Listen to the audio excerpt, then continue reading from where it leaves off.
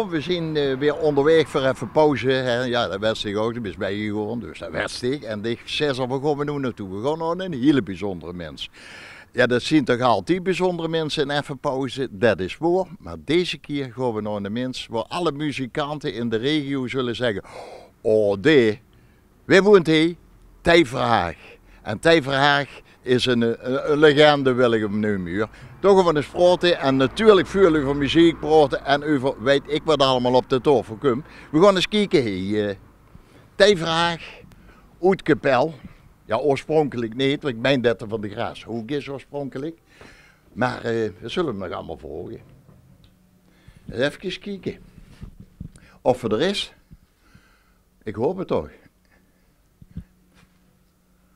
Ja, ik zie een beweging, Haha, daar is hem toch.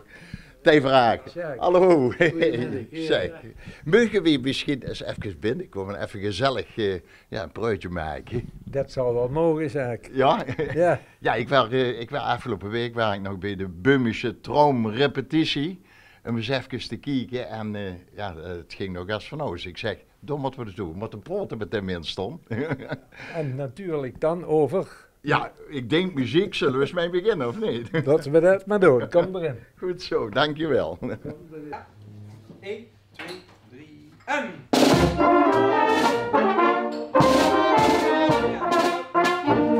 Rustig af, het is Böhmisch.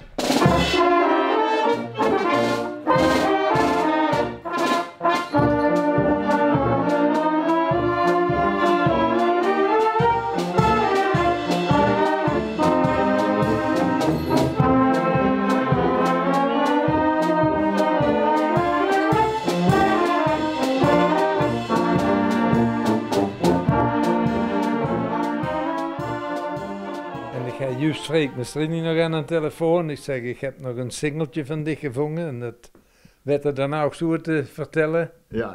En dan werd er zelfs al te zeggen, als ze er nou eens luisteren, dan moesten ze door en door eens opletten zitten. Wat ik in den tijd toch...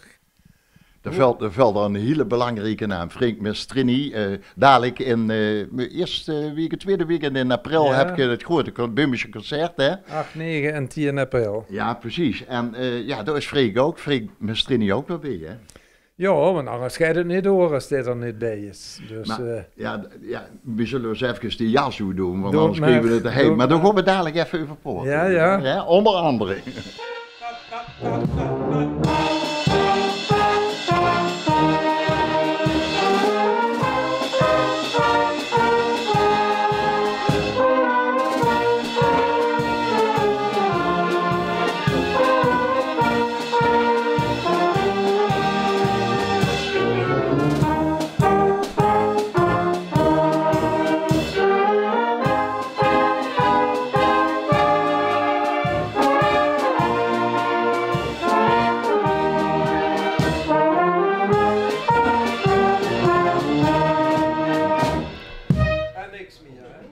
Die Bummische muziek, dat is toch een beetje een droom door het Thij Verhaagse leven, of ook?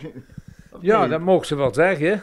Er mogen bij opgemerkt zien dat vorig jaar wie dat gedaan hebben met Freek, heeft hij dus een nummer gemaakt, opgedragen aan mij, met de titel Böhmisch is mijn leven. En daar ben ze wel zonder meer met vereerd natuurlijk sowieso. Het is overigens een heel schoon nummer. Ja. Wat wij dan vingen beoordelen we dat meestal, als ze dan een keer of 3, 4 is doorgeblazen, gerepeteerd, dan kent ze dat uitvoeren en dan blijft die melodie ook direct hangen. En bij de herkenbaarheid bij de mensen, nou dat is allemaal zo en ik heb dat dus meest aan allemaal bevriende kapellen gratis beschikbaar gesteld en daar huur ik leuke reacties op. Wordt het weer gespeeld bij je goedveuring straks in Dok 6? Jazeker. En in dat concert van die 31 nummers mocht ik er dan ook weer 5 doen. Oh. En daar zit dat natuurlijk bij. Ja, ik zei al, we waren bij de repetitie en het ging er al wel goed aan door. Ja, dat is heel fijn. Dat mag ik wel opmerken.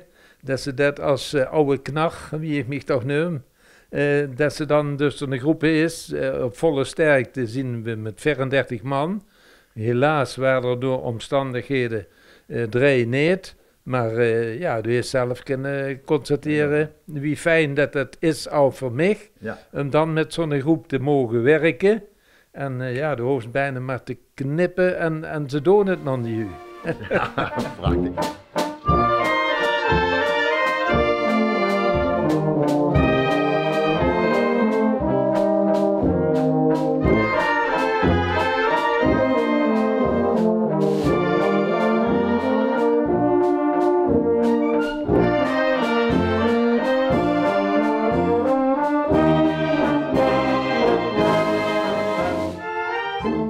Zeg, ik hoor het een beetje terug ook, hè? Want ik ken ook eigenlijk, ik woon hier nu 43 jaar. Ik deed nog niks echt in de muziek, maar ik had wel een gitaar en ik moest snoren hebben, ik moest plekdrums hebben. En dan kwam ik bij Muziek Verhaag terecht. Dat klopt, ja. We zijn in 74 ben ik in Panningen neergestreken, dus we hebben door de nieuwe winkel gebouwd. Waar kom je trouwens vanaf? Ik zei net tegen Ton Graashoek, klopt dat? Nee, ja, mijn vrouw is van de Graashoek. Oh, vrouw is van de Graashoek. Dus ik ben van Ninnesweeg. Oh, van de En Ninnesweeg, ik ben een rasechte Kapelse. Oh. Ook in het Strevelen. Dat moet je zaak zien. Dat had je dus ook willen streven. Jawel. Ik heb dus een vriendenclub. Ja. We komen nog meer dan 60 jaar. Nou nog oud bedotje. Helaas zien er ons de helft ontvallen. En nou, dat zien allemaal, de meesten zijn allemaal ex-voetballers. Ik ben de enigste muzikant. Maar er wordt aardig gestreveld ook over politiek en over dorpse dingen. En dan, ja, we zien toch nog iedere zondag merken, helaas op het moment nog maar met 4 man bijeen. Maar die 4 die komen ook dan? Die komen dan nog geregeld bijna iedere zondag. Wie is die andere?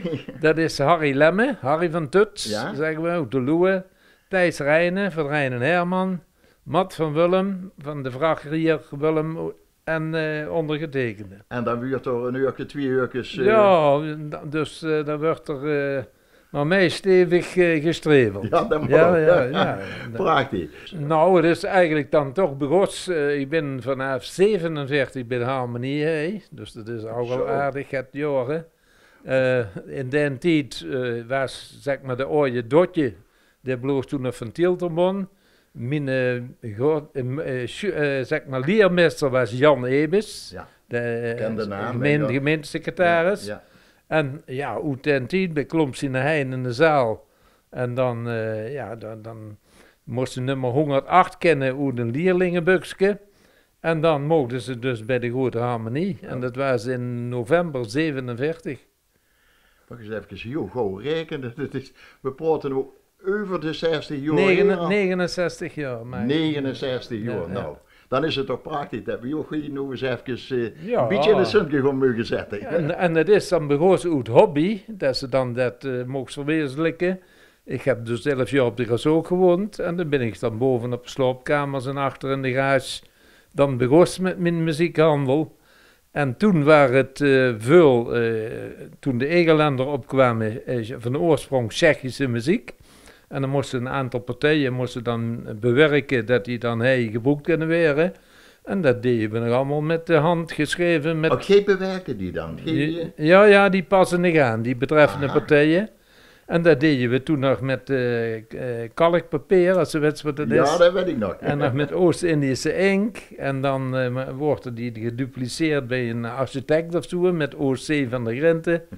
Ja, en toen is het allemaal begonnen. En toen ben ik in 74 hebben wij de winkel gebouwd. En toen ben ik daar begonnen. Altijd op de Roodhuisstraat Ja, altijd tot 201. En toen heb ik nog 3 jaar in de Oude Aldi aan het Roodhuisplein gezeten. Ja. Ik zeg altijd, de muziekbeleving die moet er zijn. Het spulplezier van de muzikanten moet er zijn. De mensen, het publiek geniet ervan. En dan zien voorbeelden met de loestige boeven van de Graashoek dan, die ik vroeger dan met heb mogen oprichten. Ja. Die ik in 63 getrouwd ben op de Graashoek dan met mijn vrouw Nelly. Toen zijn we daar dan met begonnen en dat heeft 47 jaar geduurd. En zelfs een cd, hè, dacht ik. Ik heb hem toen zo. Nee, dat is bekend. Het was een hele goede kapel, hè. Stond heel erg goed bekend. Ik had veel optredens. Dat mogen ze wel zeggen, ja. Dus echt, zeg maar een professionele kapel waren we dus niet. En daar hebben we ook, zeg maar, de middelen niet voor En de muzikanten die ik had, die waren allemaal gewoon alleen maar plaatselijk opgeleid. Maar we zijn bijvoorbeeld toch al 18 jaar in Kruif geweest, door een Bernd Kassel. En nou, daar gaat ze toch niet voor niks 18 jaar heen. Nee. En dan wordt ze op de heng gedragen in de Wijnbroenhallen. Er waren een klein 3000 man publiek. En nou, daar hebben we echt wel de zaak muzikaal op stelte gezet, Jack. Fantastisch, wat een herinnering, een mooie herinnering is. Zeker weten. Ja. Dus, Maar al die activiteiten die je gedaan hebt, daar zit je ook dat er wel voor geëerd geworden. Want we hadden het net over pleetjes maken, maar ik zocht er net al iets van oorkondes en zo hangen. Ja, dat klinkt een beetje gek met uw vorm, maar wat heeft nog dat allemaal opgeleverd aan eretekens, zal ik wel zeggen? Nou, ik vind het fijn dat het gebeurt. Ja, dat ja. heb ik ook allemaal niet zelf hoeven te doen. En dat hebben anderen in gang gezet die dan meinen dat ze er voor een aanmerking komt. En ja, met een beetje ijdelheid durf ik toch ook wel te zeggen dat ik het wel verdiend heb. Dus ik heb in 2001 dan de koninklijke onderscheiding gekregen. Nou, tot op de laatste minuut wist ik niet dat het ging gebeuren. Dus dat was op Oost-Nieuwjaarsconcert bij Lian zo op de Gassoek. Ja. En dan is het op een gegeven moment is het gewoon pauze. Wij je natuurlijk in een volle zaal. Er waren nog gasten uit Kruif, hoe we altijd spelen. En dan ineens komt burgemeester Kleingeld naar voren. Ja. En ja, nog niks. En toen begon ze de knieën te knikken. En dan, dan komt het rood. Nou ja, en daar was Freek Mestrini ook aanwezig. Dus Ik kan me nog herinneren. Ja. Op de een of andere manier werkte het per ongeluk ook weer. Nee, maar het was heel erg mooi, joh. Ja, en dat zijn echt, zeker weten dat zo'n dingen zijn. En wat toen juist bedoeld is, dat is van de CISM, dat is de Europese Muziekbond, een overkoepelend orgaan. Ja. Daar zit Freek in ook als jurylid, maar er is er nou in het laatste concours in Kerkrade is er met gestopt, is er ook voor geëerd geworden. En daar heb ik dan, ik heb toen gezegd, ik voel me een beetje als een oorlogsveteraan. Dan kreeg ze echt een behoorlijk speldje uit Duitsland met een lintje eraan. En dat is dan een bepaalde oorkonde, een erkenning dan, dat ze op dat gebied schijnbaar toch nuttige en broekbare dingen is gedaan. Maar het is allemaal en het blijft allemaal ontsprongen uit hobby. Maar wat zult je een hoop mensen kennen door de muziek? Ik heb dus nog wel van blaadmuziek nummers gehad een stuk of 40, 50 klanten. Die zien wel voor de... Nou nog klanten. Nou nog klanten, ja. dat doe ik nog steeds. En dan de helft ervan zien wel seniororkesten. En die hebben nou een stripje voor. En dan zien die mij het kwieten van partijken of ze krijgen een ruzie en hij neemt hem op naar hoest en niet in lever. En dan moet ik 237 partijen van de eerste pousane in C van allemaal verschillende nummers uit mijn bestand halen. En dat kan allemaal. Gelukkig Heb je het in de computer zitten tegenwoordig? Nee, ik ben een ouderwetse vaaier wat dat betreft. Maar degelijk. Maar degelijk, ja. En dan zou ze door een voorbeeld liggen van een bepaalde partituur van oorsprong een Tsjechisch nummer. Dus, en nou, dat heb ik gewoon in mijn bestand en dat lig ik er dan uit en dan krijgt de mens die partij die je vreugd. Op zich vind ik dat grote weer in hersens getraind, dus dat raakt ook niet in verval. Tenminste niet dat ik het merk. Ik las zelfs in Ruud's Music Magazine, ik had nog even gekeken, ik meen 2 jaar geleden heb je daar nog een prachtig artikel in gehad, dat je nog opneemt als ze bellen ook met muziekvragen. Ja, dat klopt. En tot op heden. Nog altijd, als de telefoon gaat, ik kan wel in de nummers zien als het vreeg is, maar als tu gewoon als klant belt, dan meld ik me nog steeds met muziekvragen en panningen. En dat heel jong. Ja, daar gaan we maar vanuit, Ja, we zullen eens kijken. De Vlugelhorn. Ja, prima, leg maar. Kijk, dat noemen we dus de Vlugelhorn, het cilinderventielen. Ja. En dat is dan van oorsprong, komt het zeg maar uit Tsjechië, Oostenrijk, Zuid-Duitsland. En het verwonderlijke is, als ze nou op Brava-zender kijkt, de symfonieorkesten, Ja. nou de Duits of de Berliner is, of de Wiener, die hebben nou de trompetten ook allemaal dit cilinderventielen. Dus geen perinet meer, die rechte die wij vroeger hadden. Ja. En dan in de Egeländer muziek en ook de Tsjechische muziek, er wordt dan de flugelhorn gebruikt. Dat is het lever, dat van karakter. Kijk, ja, dat is nog misschien een rare woord. Kunt je iets laten huren? Of Nou, ga je dat... Dan moeten we even afwegen of we dat erin laten. Ja, ik vraag het gewoon dan. Hè.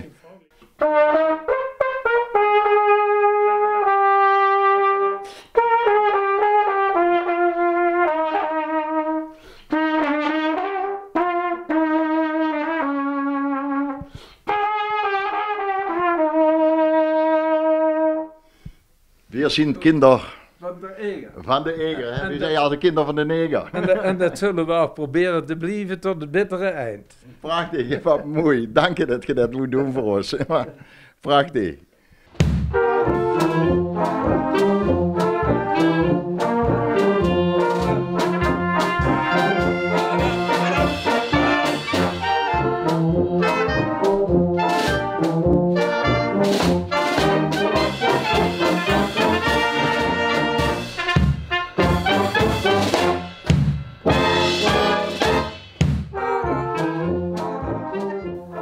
En nou, als ik dit zin zitten, dan krijg ik alleen alweer kippenvel, ja. Dat gaat gebeuren. Ja, en dan, dat is dan zo fijn dat ze dan zo'n groep is die er heel intens mee bezig zijn, die er alles vergeven en over hebben. En dan heb ik het geluk, ik mag het dan 2 keer met een repetitie in de grondverf zetten.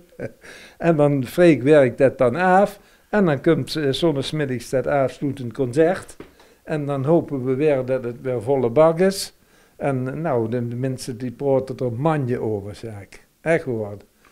En dat ze dat als oude knag, dat ze dat dan nog mocht, want ik blaas dit keer ook nog zelf met. Mag ik meespelen? Ik moet dus flink oefenen op de vleugelhorn. Ja, zeker. Moet ik dus 31, nee, sorry, 5 nummers mag ik zelf dirigeren, dus dan hoef ik niet te blazen. Maar de rest blaas ik De rest blaas ik gewoon een tweede vleugelhornpartij, blaas ik dus met, dus ik moet nog wel al daar oefenen, joh. Dat zal best. Nou, anders gaat het niet lukken met de abusier. Dan gaan we langzaamaan weer verdwijnen, want als je moet oefenen, dan is dat belangrijker. Zeker bij dat concert, maar we vonden het heel erg leuk om bij jullie te gezien. En ja, al die verhalen over de muziek, en ik weet zeker, we kosten nog een paar uur doorpraten. Ik blijf zeggen, muziek is het schoonste wat er is. En zeker dan uiteraard met een groep. En dat is dan fijn, daar geef ik dan het bewijs van, dat ze dat van kleins af aan, ik was 11 jaar, nou ben ik 79, zeg ik. En dat ze door met ook andere mensen, als ze dat goed thuis op de manier hoe muziek voor bedoeld is, nou dan beleven ze er zelf als muzikant die plezier aan en die genoegen. En doe vermaaks mensen.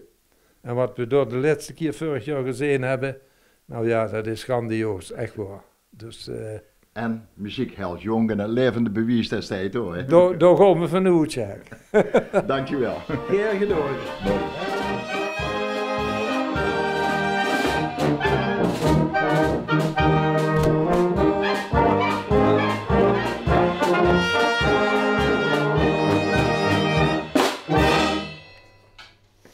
God, dat was toch weer wat, de vanmiddag. Het is toch een man, een muzikale man, en de leeft voor de muziek, dat merkt hij dan alles. Ik ben er gruus op dat ik hier heb mogen zien en Tijverhaag nog eens even in het zund heb mogen zetten. Want ja, als er een verdient op muziekgebied, dan is dat hij in elk geval. Heel erg leuk. We gaan weer naar de studio terug, Tom. Nee, wat dichtbij trouwens, hè? Ja, makkelijk. Ja, eigenlijk hadden we kunnen lopen. Hoi!